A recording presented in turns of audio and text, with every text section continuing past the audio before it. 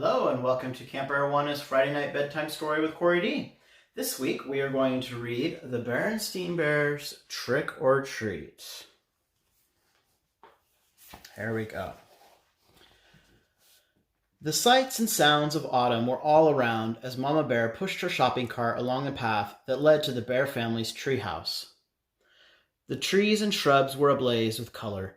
Farmer Ben's pumpkins stood bright orange in the October sun. The crows cawed noisily as they searched the stubble for bits of corn.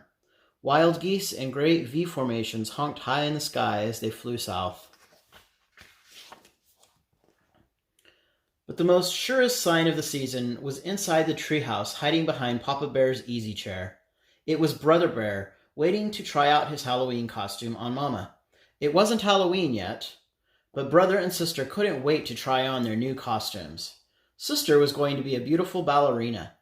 "Well, what do you think?" she asked, taking the third position. "Shh," said Brother. "Mama's coming." Brother had chosen to be a spooky monster on Halloween. He had bought the spookiest monster mask he could find, and Mama made the rest of the costume. "Boo!" he shouted as Mama came in with the groceries. "Help, a monster!" she cried, pretending to be frightened. "It's only me, Mama," he said, showing his face. "So it is," said Mama. "Well, that just goes to show that appearances can be deceiving." "Appearances can be deceiving? What's that mean?" asked Sister. "It's just a grown-up way of saying that things aren't always what they look like," explained Mama as she unpacked the groceries. "Look, goodies," said Brother. "Hands off, please," said Mama. "Those are for trick-or-treaters who come to our house tomorrow night." Brother and Sister were very excited about Halloween, and a little nervous too. This was the first year they would be going trick-or-treating without a grown-up along to supervise. "I'm not so sure I like the idea of them going by themselves," said Papa, as he carved the pumpkin he got from Farmer Ben. "It's pretty spooky out there," he added, making a scary face at the cubs. "Now, Papa," said Mama, "if Brother and Sister want to accept the challenge of going out on their own, I think we should encourage them. But remember," she continued, turning to the cubs, "there'll be strict rules.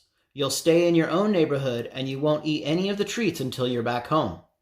Besides," said Brother, "we won't really be by ourselves. We made a trick-or-treat date with Cousin Freddie, Lizzie Bruin, and Queenie McBear." "There," said Papa, putting the finishing touches on the jack-o'-lantern. Then he lit a candle inside it and turned out all the lights. It was pretty scary. The next day, Brother and Sister began planning the trick-or-treat route they'd follow that night. Brother got a pencil and paper and made a map of the neighborhood. That way, he explained, they wouldn't miss anybody. "Let's see now," he said. "We'll stop at our houses first. Ours, Freddie's, Lizzie's, and Queenie's. Then we'll do Farmer Ben's and our sitter's, Mrs. Grizzle." "Mrs. Grizzle for sure," agreed Sister. "She usually makes special Halloween cookies." "And Teacher Jane, she gives out good stuff. How about Dr. Grizzly?" asked Brother. "She's into health snacks." "I think so, just to be polite," said Sis. "Gramps and Graham, of course." "Of course." "I'll tell you one place we are going to miss," said Brother, folding his map.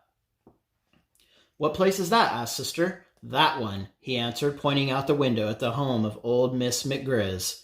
It was a spooky, twisted old treehouse in a thicket at the end of Crooked Lane. "We're definitely not going there," he added with a shiver.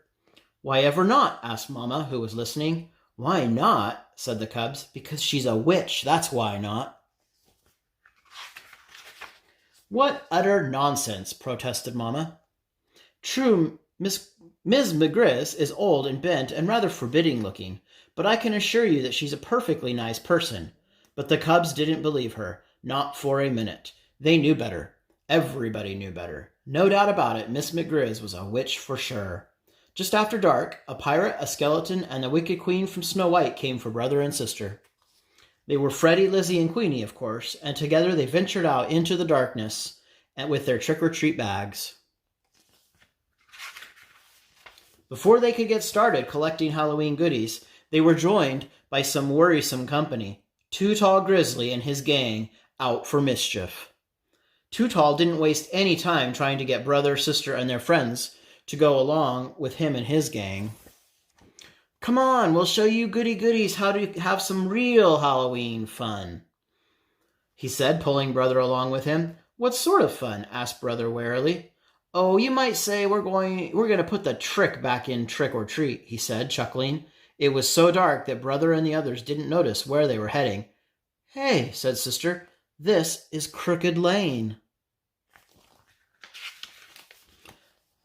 That's right, said Too Tall. We're going to play a few tricks on old Witch McGrizz.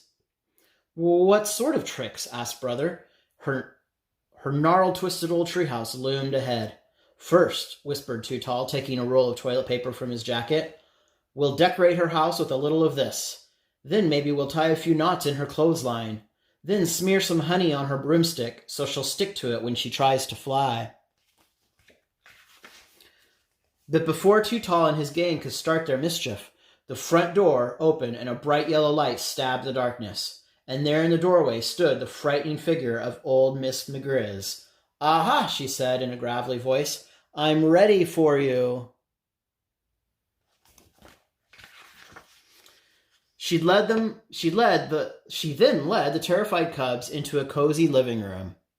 To their great surprise, there was a big tray of beautiful candy apples all prepared for Halloween visitors.